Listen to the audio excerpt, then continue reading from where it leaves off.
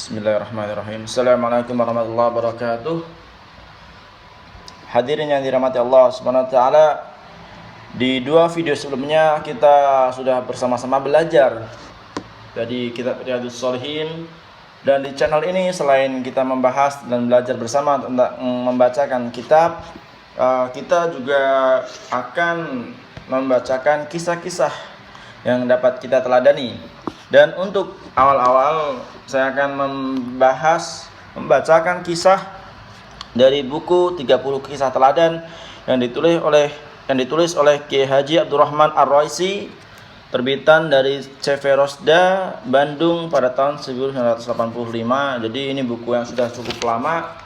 Mungkin untuk generasi-generasi sekarang belum pernah baca buku ini. Begitupun juga dengan saya sendiri, baru pertama kali ini saya membelinya dan berniat untuk membagikan cerita-cerita yang ada di dalam buku ini pada pendengar sekalian. Mudah-mudahan kita bisa mengambil teladan sesuai dengan judulnya. Kita bisa mengambil teladan-teladan baik dari apa yang ada di dalam kisah buku ini.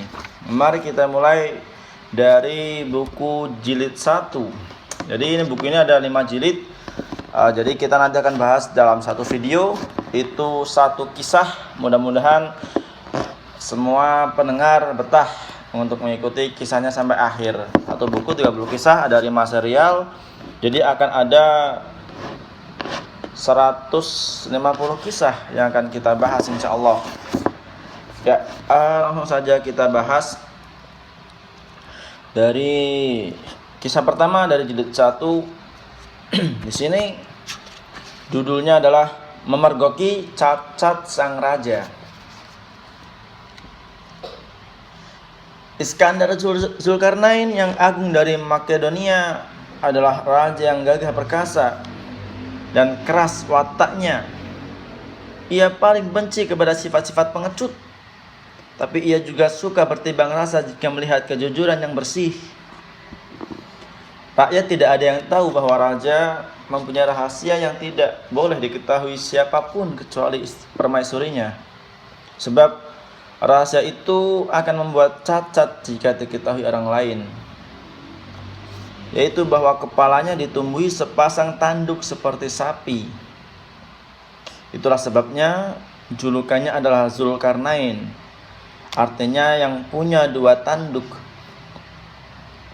Pada suatu hari ketika sedang berburu di hutan terpencil, Raja Iskandar terpisah dari para penggawanya.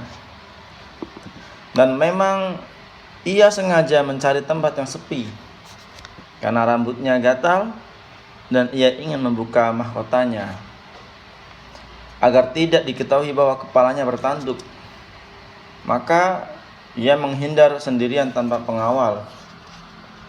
Pada waktu itu ia sudah membuka mahkotanya dan sedang asyik menggaruk kepalanya yang gatal. Kemudian seorang pencari kayu lewat di situ dan memergoki rajanya tanpa mahkota. Tukang kayu itu terbelah kaget melihat raja yang gagah itu seperti sapi dengan sepasang tanduk di kepalanya. Tukang kayu itu sampai terpekik heran. Raja tersadar dari keasikannya. Alangkah terperanjatnya dan marahnya raja melihat ada tukang kayu sedang memandangi tanduk di kepalanya. Segera tukang kayu itu diperintahkan menghadap. Dengan wajah garang raja menghardik, "Apa yang kau lihat?" Saya melihat tuanku bertanduk," jawab tukang kayu itu ketakutan. Ia sudah tahu hukuman apa yang bakal ditimpanya atas dirinya. Tapi ia tidak mau berbohong untuk mengatakan tidak melihat tanduk di kepala raja. Sebab ia selalu jujur sepanjang hidupnya, betapapun pahit akibat kejujuran itu.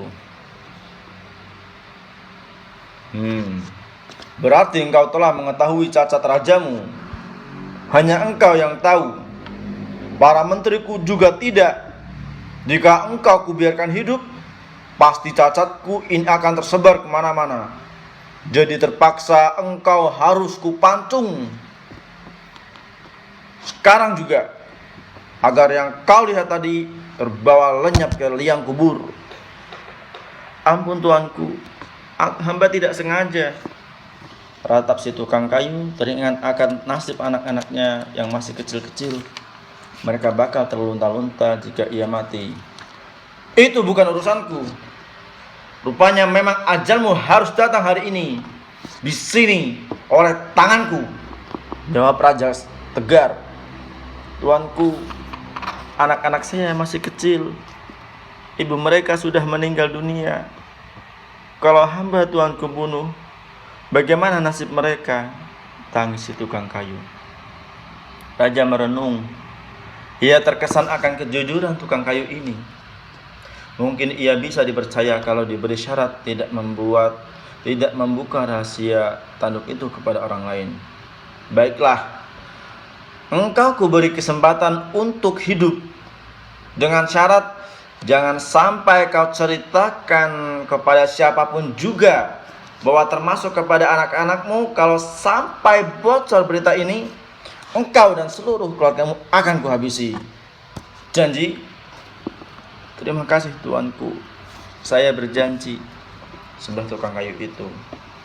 Lalu ia pun diizinkan pergi dengan syarat yang sudah disampaikan tadi, dan ia pulang dengan selamat. Betapa gembiranya tukang kayu itu, nyawanya tidak jadi terbang. Namun setiba di rumah, mulutnya terasa menuntut untuk menceritakan rahasia ajaib itu kepada orang lain. Hatinya mendesak-desak. Lidahnya ingin mengatakan untuk membuka keanehan rajanya kepada tetangganya. Tapi karena ia sudah berjanji dan janji harus ditepati, apalagi ancamannya begitu menakutkan, maka ditahan-tahannya keinginan itu sedapat mungkin. Ia sudah berusaha sekuat tenaga untuk menyimpan rahasia itu. Namun sebagai manusia ia tidak kuat. Terpaksa agar jangan melanggar janji menceritakan kepada orang lain, ia pun pergi ke tengah-tengah hutan dan membuka isi hatinya tentang rahasia itu kepada sebatang kayu besar yang tumbuh di tempat gelap. Hai kayu, Raja Iskandar punya tanduk di kepalanya. Legalah perasaannya setelah membukakan rahasia rajanya kepada kayu. Dengan keyakinan tidak ada orang lain di situ. Memang tidak ada manusia di tempat itu kecuali dirinya. Akan tetapi ada seekor burung beo di ranting pohon. Dan burung beo itu menirukan ucapan si tukang kayu persis sekali. Lalu burung tersebut terbang ke pasar di kota raja. Di sana ia mengulang-ulang ucapan si tukang kayu. Hai kayu, Raja Iskandar punya tanduk di kepalanya. Maka gegerlah penduduk yang mendengar ucapan burung beo itu. Berita tersebar kemana-mana bahwa raja punya tanduk di atas kepalanya. Murkalah raja. Siapa lagi biang keladinya kalau bukan si tukang kayu? Lantas raja memerintahkan untuk menangkap tukang kayu. Dibawa ke hadapannya sebagai pesakitan yang dirantai tangan dan kakinya. Hai tukang kayu, engkau memang tidak tahu membalas budi. Engkau sudah berjanji tidak akan membuka cacatku kepada siapapun juga. Malah sekarang seluruh rakyatku tahu bahwa aku punya tanduk. Untuk itu engkau dan anak-anakmu terpaksa dijatuhi hukuman mati. Dengan ketakutan, tukang kayu itu membantah. Demi Allah, tuanku, saya tidak pernah bercerita kepada seseorang manusia manapun. Lalu, dari mana masyarakat tahu bahwa aku punya tanduk? Saya tidak mengerti tuanku. Saya mengaku, memang saya ingin bercerita, tapi selalu saya tahan. Karena tidak kuat, maka saya pergi ke tengah hutan rimba, di tempat yang sepi dan tidak ada manusianya di situ. Saya bercerita kepada sebatang pohon besar bahwa raja punya tanduk. Kebetulan waktu itu hanya ada seekor burung beo yang bertengger di ranting Saya baru menyadarinya setelah saya selesai bercerita kepada kayu itu. Apakah burung beo itu yang punya ulah, tuanku? Raja selaku seorang pemimpin yang bijaksana walaupun keras sifat dan wataknya, ingin tahu apakah orang ini tidak berdusta. Ditanyakanlah kepada sebagian masyarakat yang mendengar berita itu, dari mana mereka tahu cacat raja? Ternyata betul, memang dari seekor burung beo yang terbang ke sana kemari sambil mengoceh. Hai, kayu, Raja Iskandar punya tanduk di kepalanya. Lantaran bukti tersebut, tukang kayu itu jujur dan raja suka kepada kejujuran, maka tukang kayu itu dibebaskan dari segala hukuman, malah diangkat menjadi pegawai pekerajaan yang dipercaya. Ya. Jadi di sini kita bisa mengambil pelajaran bahwa kejujuran ternyata walaupun pahit akan mengantarkan kita kepada kebahagiaan dan kebaikan.